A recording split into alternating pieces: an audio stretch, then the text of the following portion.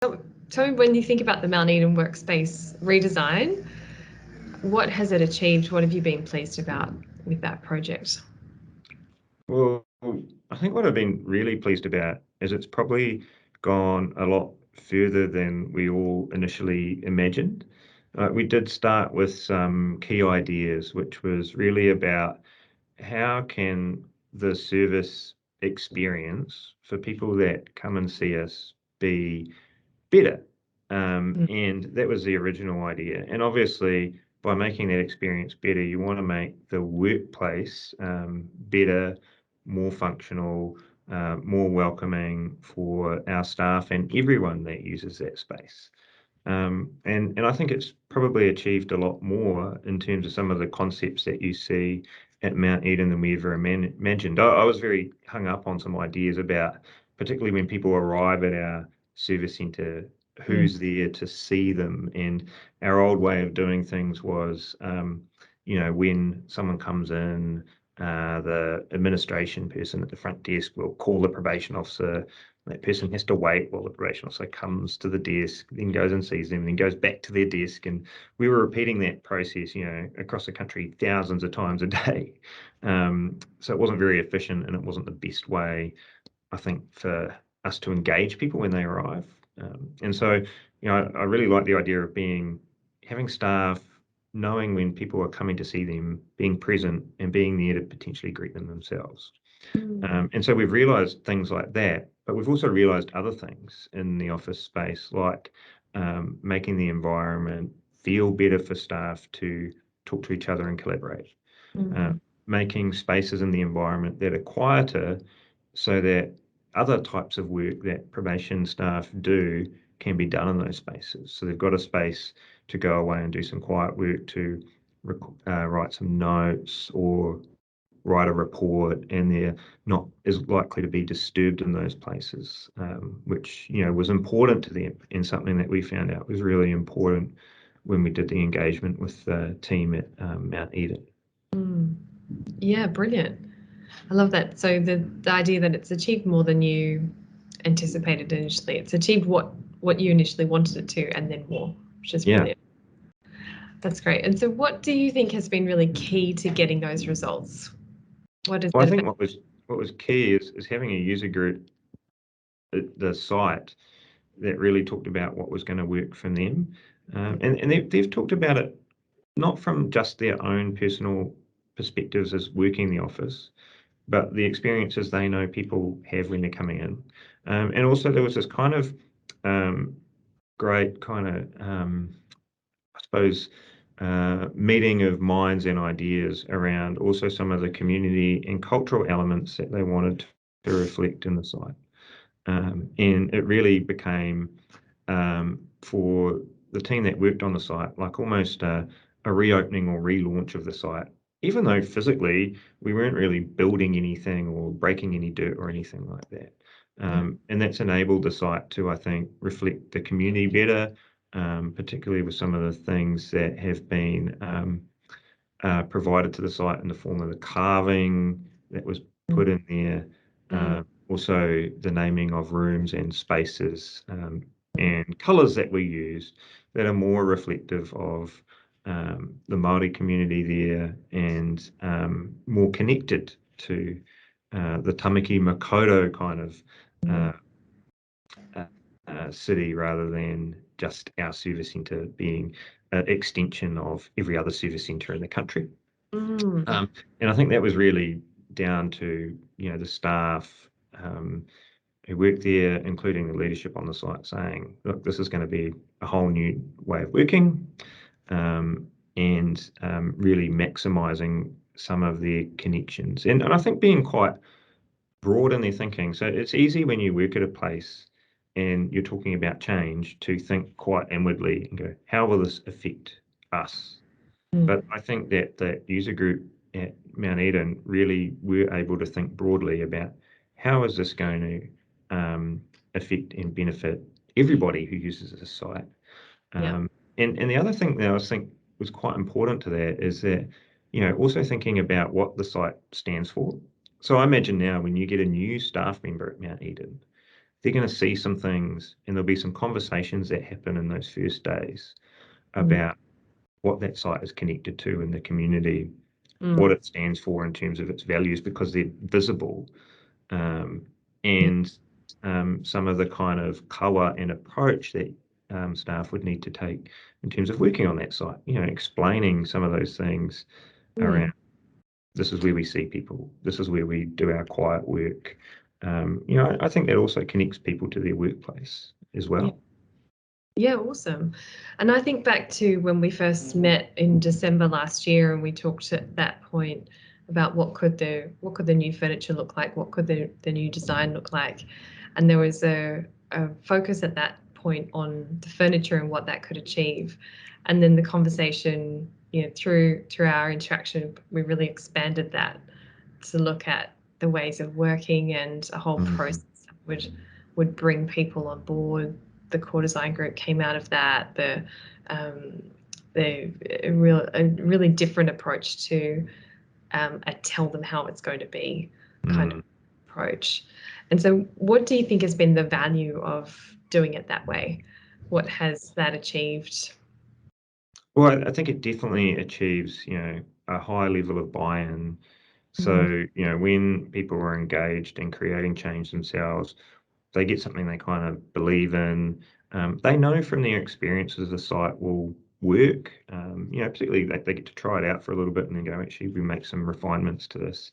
But the other thing about Mount Eden, as an example, would be it's got some constraints in terms of its physical footprint. In fact, all buildings do.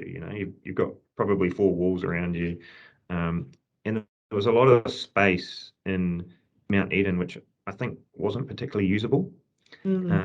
Because of the way that things were laid out, because of how fixed in nature things like some of our workstations were.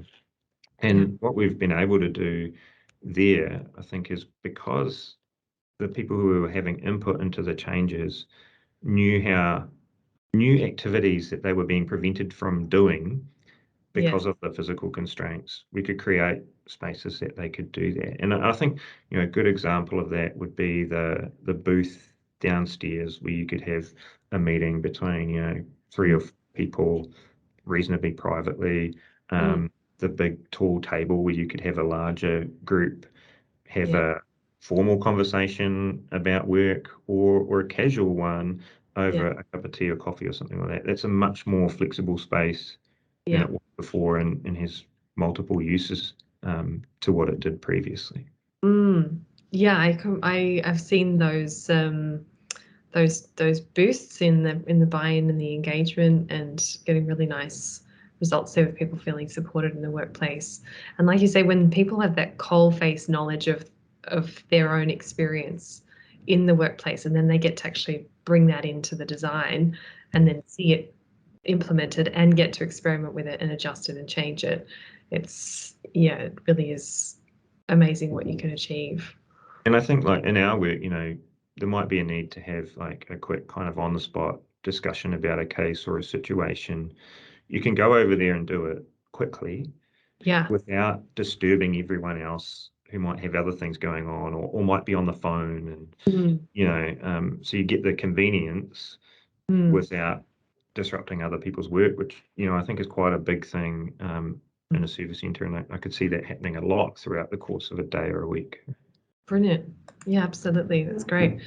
And so what potential has this opened up for the Department of Corrections to do the Mount Eden site, and to get great buy-in, to know that it's really solving a lot of problems for staff? What has that opened up for you as an organisation? I guess what's the potential for it? I know that this is part of a larger project. So does it mean that there's any future steps, or does it create a new way of working, a new way of thinking about things? It's definitely created a new way of working and thinking about things, and I think that it will have implications for our whole network at some point. We've got over 100 sites out there in the community, and we gradually want to start a process like Mount Eden at a lot of those sites. So we kind of have a short list at the moment of some that we want to reach out to and start working with in the near future. But we've also got sites that we're developing from scratch. We've got some examples around the country where we're doing that right now. And these sites will be able to, start off with this kind of brand new concept in mind. However, we still want to have the staff engagement because they'll be moving from a site where they're working now to a new site. And we still want the staff to be able to have input into how this new site could be different and how they want that space to reflect the work that they do in the communities they work in. And so the kind of idea was much more being around the words that were being used were a workplace of choice. So that when you come through those doors into your workplace, you've got choices about where you work, how you work, based on what your preferences might be or what your activities might be for that particular day. And that concept is going to reach a lot further out to more community sites. And I think, just another thing I noticed about what potential this has is at Mount Eden, even on the first day, is I noticed that the leaders around the site were, I think, much more visible and accessible. So they were also doing different activities during the day and doing that in different places, which means that their teams would see them in different parts of the office, and they would interact with people that might be outside of their direct team. And I felt that was quite an important thing for our work because depending on what managers' commitments are, they're not always going to be on site all of the time, but there will be almost certainly one of the leaders, particularly in a site like Mount Eden, where there's a few teams available. And if you need that person, you know where they are. But they also get the benefit of going to the quiet places where they need to do their work and things like that as well. So, but I just felt like their presence was, more visible on the site. And I'm sure that would be helpful for the staff that work there as well. Yeah, absolutely. That's such a good point. And I think that's something people, I guess, don't necessarily realize is not intuitive about a workspace redesign, that you could achieve a benefit like that. But it's a subtle thing that has a strong impact on culture. So, because I think from the outside, you spend a lot of time when you've got an idea about this talking about things. You talk about desks, you talk about furniture, you talk about paint. Oh, paint. You talk about. I'm glad we got those colours in. but it's a people process, right? So people are kind of at the heart of all of this, and it's about how they work, how they can imagine their work being different in a good way, and how we can really enhance that engagement, which is a huge component of working with people that we work with. Engagement is really, really important, and every little thing that you can do to have that platform of engagement go better right from the outset will make a difference to everything else we do in those people's lives from that point on. I think that's been really a key and wonderful thing for me about working on this project, has been that there's been such a strong drive to get a great result for people at the centre, and seeing it as the quality of their workplace experience, like you said, really directly impacts the work that they can do, the support they can provide to people in the community. And I think they have seen through this, they've had one very loud, strong message that the organisation really cares about their experience in the workplace through being involved in this process and having the chance to do that. So I think that's been incredibly powerful and really a strong note of credit to the team and if I could say it, to yourself as well, because you've set the tone, you've set the lead on doing that, which has been amazing. It's been really enjoyable. I've really enjoyed working through this. And good. Given us a lot of great ideas and a lot of great inspiration and help along the way. Fantastic, thank you. It's been a joy, a real thrill to do it. And so, what would you say to organisations now that you've lived through this experience and seen the results? What would you say to an organisation that was thinking of taking a traditional workplace approach to a workplace change? As in, we'll kind of tell them how it's done, we'll provide them, make sure they've got the technology, do a little bit of change management around the edges so they know where to go on the first day. And that can sometimes be it. So if an organization was taking that very traditional approach, just kind of telling people how it's going to be and trying to give them the information they needed, it's quite different to the way you've involved people and you've established a whole process of input. So what would you say to an organization thinking of doing it the old way? Well, I think if you get this chance or you're thinking about making some changes, the important thing is to ask yourselves as an organization some questions first. Who are we setting up this workplace for? And what are we trying to achieve with this workplace? And how can that workplace achieve it? And it's not until you stop and ask some of those questions that I think and get some answers to that that you can really think about the process of change. And one of the other things I would want to workplaces to do is to try and identify habits that you have that are just purely habits.